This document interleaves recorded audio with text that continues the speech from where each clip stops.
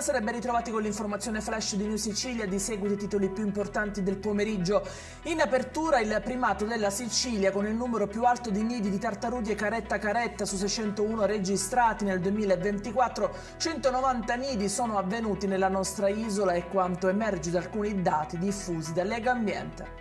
Lieto fine a Catania per un'asina e un pony, prima rubati e poi ritrovati grazie agli agenti della questura di Catania poco prima di finire in macellazione. Il furto è avvenuto in un'azienda agricola di Ramacca. I due animali sono stati trovati in una zona isolata nell'agro di San Francesco l'Arena, nei pressi di un casolare abbandonato e legati ad un cancello. E si è concluso nel migliore dei modi anche il tentativo di un giovane di 17 anni di Paternò che aveva deciso di compiere un gesto estremo annunciandole con un messaggio a un utente con cui stava giocando online. Grazie al coetaneo residente all'estero e che ha pensato subito di dare l'allarme, il ragazzo è stato salvato. Sui manifesti del prossimo film in uscita, Iddu, ispirato alla vita del boss, insulti sono stati scritti contro Matteo Messina Denaro. È successo a Isola delle Femmine, nel Palermitano, dove sono apparse scritte ingiuriose. Nella città del boss, invece, arriva il no alla pellicola dal gestore dell'unica sala di Castelvetrano che dice «non mi interessa».